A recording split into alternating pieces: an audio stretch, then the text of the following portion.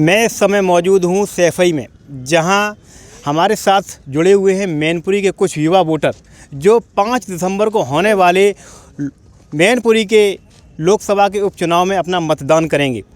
हम उनसे जानना चाहेंगे कि मैनपुरी में होने वाले चुनाव का क्या समीकरण है और उनका समर्थन किसे है और क्यों है और उसका क्या कारण है। क्या नाम है आपका? अनिल कुमार।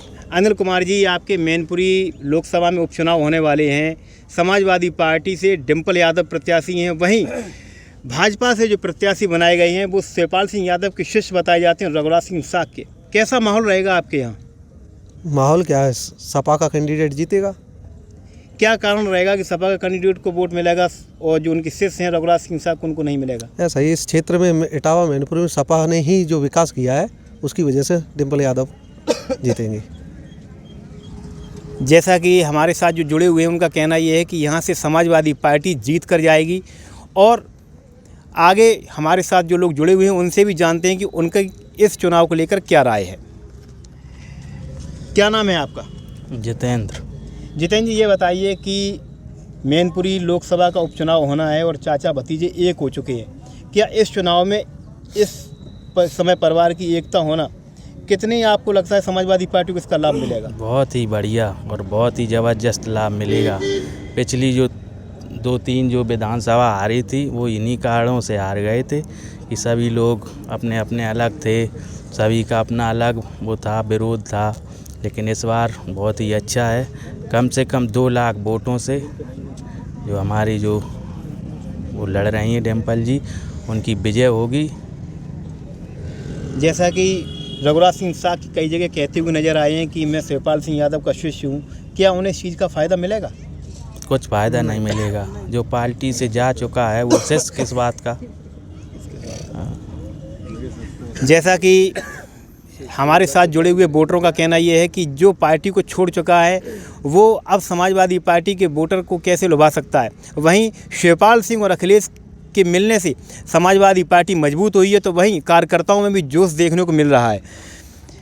क्या नाम है आपका? नीतू यादव। नीतू जी, ये बताइए कि चाचा भतीजे हो चुके हैं और ये मैनपुरी का उपचुनाव होने वाला है, इसमें किस तरीके से आप देख रहे हैं इस चुनाव को? सबसे पहले तो मैं आपको ये बताना चाहूँगा कि मैनपुरी की जनता इस चुनाव को उपचुनाव के रूप में नहीं देख रही है। मैनपुरी की जनता सिर्फ ये देख रही है कि ये नेताजी को किस तरह श्रद्धांजलि दी जाए और डिम्पल भाभी को भारी मतों से उन्हें विजयी बनाया जाए। जैसा कि बताया जा रहा है कि चाचा जी और शिवपाल जी और वो अखिलेश जी सब लोग एक मंच पर आ चुके हैं, इसका बेनिफिट कितना मिलेगा? इसका बेनिफिट तो आप ये देखिए कि पहले भोगांव की जो हम लोग सीट हारे थे लोकसभा की विधानसभा वाली, तो 5000 वोटों से वहाँ में हार देखने को मिली। तो उसकी वजह ये थी कि तब चाचा जी अलग थे और ये समाजवादी पार्टी अलग थी, दोनों में मतभेद थे। अगर दोनों लोग साथ साथ वो चुनाव अगर लड़ा होता तो 5000 वोट कोई बड़ी बात नहीं रखते हैं।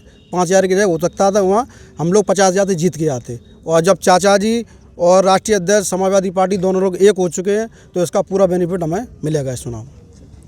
जैसा कि बताया जा रहा है कि चाचा भतीजे एक हो चुके हैं, तो मैनपुरी के इस उपचुनाव में काफ़ी फ़ायदा पहुंचेगा और कार्यकर्ता भी बड़ी ही जोश के साथ इस चुनाव में लगे हुए हैं। हमारे साथ और भी लोग जुड़े हुए हैं और उनसे जानते हैं कि किस तरीके से चुनाव को देखा जा रहा है। क्या नाम है आपका? अंकित यादव। अंकित जी, आप मैनपुरी क्षेत्र से वोटर हैं, इस समय किस तरीके के चुनावी माहौल है? तो चुनावी माहौल तो एक तरफा हो चुका है। अब लोग कहते हैं कि वो शिवपाल सिंह यादव के शिष्य हैं रघुराज साग, तो शिष्य तो एसपी सिंह बघेल भी थे जो करेल से आए थे माननीय जी के सामने। शिष्य क्या, शिष्य वो होता है जो गुरु की बात माने। अब जो गुरु के खिलाफ चला गया तो ऐसे शिष्य का क्या मतलब। अब ऐसा सीधा एक तरफा माहौल है और बस एक ही नारा है, विकास की चाबी डिम्पल भाभी।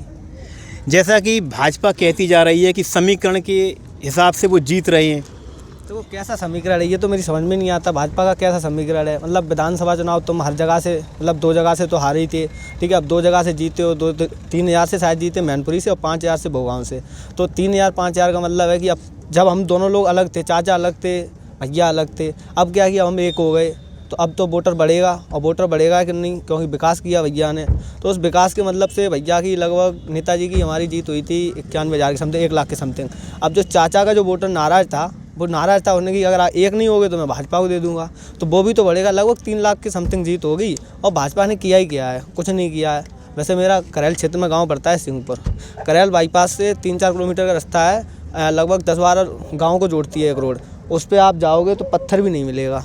और मतलब वो कहते नहीं है कि अगर किसी को पथरी हो जाए तो सही नहीं होती। आयुर्वेदिक इलाज है, आप करेल बाईपास से उस रोड पर जाइए, 4 किलोमीटर चलेंगे अपने आप बाहर निकल जाएगी। जैसा कि युवाओं का कहना ये है कि समाजवादी पार्टी के सामने बीजेपी के प्रत्याशी दूर दूर तक नज़र नहीं आएंगे और अब की बार काफ़ी बड़ी जीत डिम्पल यादव की मैनपुरी लोकसभा के इस उपचुनाव में होने वाली है, जैसा कि यहाँ हमारे साथ जुड़े हुए वोटरों का कहना है। NBT न्यूज़ इटावा से मधुर शर्मा।